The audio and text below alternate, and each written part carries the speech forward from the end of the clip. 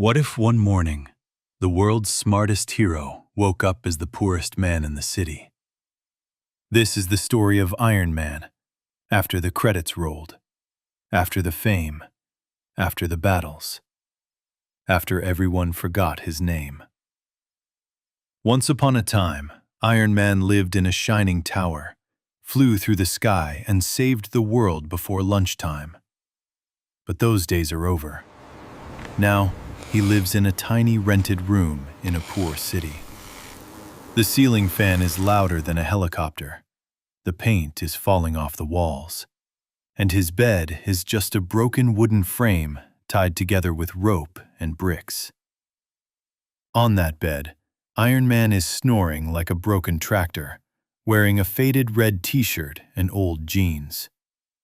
His arc reactor still glows weakly under the cloth, like a small reminder of a huge life that doesn't exist anymore. He is deep in sleep, dreaming of his past, when reality arrives with a bucket. His wife walks into the room, sleeping in the middle of the day on a broken bed, while the kitchen behind her is almost empty. She doesn't shout first. She doesn't give a speech. I told you we needed food. The shelves are completely empty, Tony. What are we supposed to eat tonight? There is nothing left. He takes a slow breath, nods his head slightly, and stands up from the bed. His clothes are still wet. His shoes are old. But he has no other choice. He walks to the door, opens it, and steps out into the hot, noisy streets of the poor city. Outside, the sun burns down on him.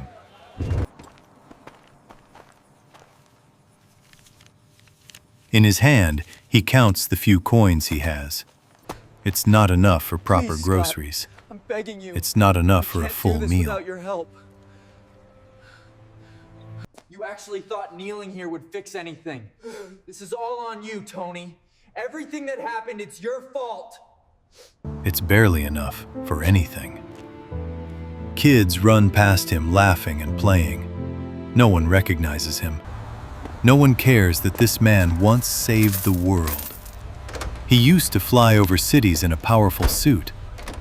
Today, he is walking alone like a tired, ordinary man who doesn't know how he will feed his family. In the corner of the room, at a small wooden table, a young man is sitting alone.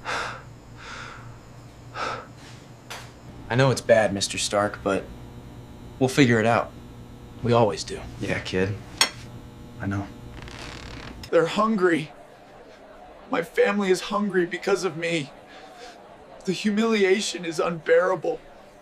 Look, I know it's not exactly what you're used to, but they're hiring down at the construction site. The pay is decent, and they need the help. Once upon a time, he gave this kid a high-tech suit. Today, this same kid is offering him a job. We'll figure out the rent, kid. Yeah, I know, Mr. Stark. Just feels like a long way off. Night has fallen. The streets are quieter Thanks now. for staying late to help me finish. Most shops are closed and only a few tired lights are still on. The roof is patched. The walls are cracked. The door is crooked. With a shy smile, he says, "This is my home." The older man looks at the house silently. His heart becomes heavy. He thought his own situation was bad, but this is even worse. In his mind, he thinks, once I gave this kid high-tech suits, now he lives here. The younger one feels his silence and says, I know it looks bad. Inside, there is a rough floor, cracked walls, and almost no furniture. Only one thin mattress on the ground, a small table, and a plastic bucket in the corner. The older man slowly looks around. Now he really understands how hard his friend's life has been. It could be raining. The younger one, I just don't know how much longer we can keep this up. It feels impossible sometimes. Yeah, I know. But we have to try. For her. It's quiet now. Yeah. Too quiet. the same mattress, the same clothes, the same two men sleeping. But slowly, something changes. The air feels heavy. The floor under the mattress vibrates softly. Faint blue and purple light appears in the cracks of the wall. The rough gray floor starts turning into shiny white marble. The damaged walls stretch upward and become tall palace walls with golden designs. For a moment, they just turn in a slow circle, trying to understand the scale of the place. Every step they take This is certainly echoes an softly upgrade. on the marble floor. What do you think, Peter? It's amazing, Mr. Stark. I feel like a knight. They walk toward one of the giant arches.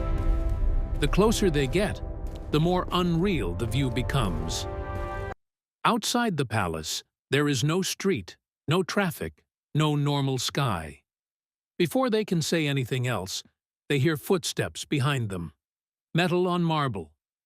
They turn around. We mean you no harm.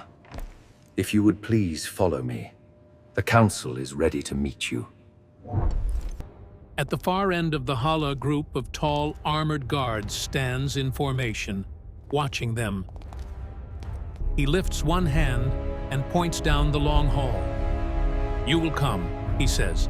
"Answers are ahead." There is no point in fighting right now. No armor, no web shooters, no tech. Just two men in royal clothes and an army of unknown guards between them and the exit. So they walk. Without anyone touching them, the doors begin to open.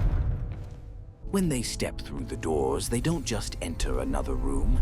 They enter a throne hall that looks like it was built in the middle of the universe. Iron Man and Spider-Man stand alone in the middle of the hall. For a few seconds, no one says anything. Then the figure speaks. The voice is deep and calm, echoing softly from every side. "Welcome," it says. "Tony Stark, Peter Parker." You were selected because you embody the spirit of this cosmos. The fate of the 9 realms. Lines of light circle around Iron Man and Spider-Man, brighter and brighter, until the throne room disappears. For a moment, there is only white emptiness. Then the emptiness breaks. Tall mirror walls rise up all around them, stretching so high they cannot see the top. Every mirror shows something different, not the battles, not the victories. Their worst moments, broken promises, angry words, times they chose pride instead of peace, times they ran away instead of facing the problem. Iron Man sees himself, rich, arrogant, and careless, walking past the kind of people he later had to beg for work. He sees the day he lost everything, and how he blamed everyone except himself. Spider-Man sees himself swinging freely over the city, feeling like a legend. The mirrors do not lie, they do not attack, they just show the truth. For a moment, both of them want to look away, but they don't. Iron Man takes a slow breath. "I was selfish," he says.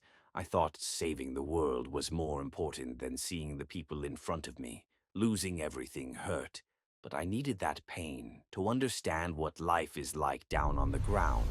The words hang in the air. Cracks appear on the mirrors. Not from anger, but from honesty. The Keeper's voice speaks around them. "You are not your fame. You are not your failures. You are what you choose to do after you see the truth."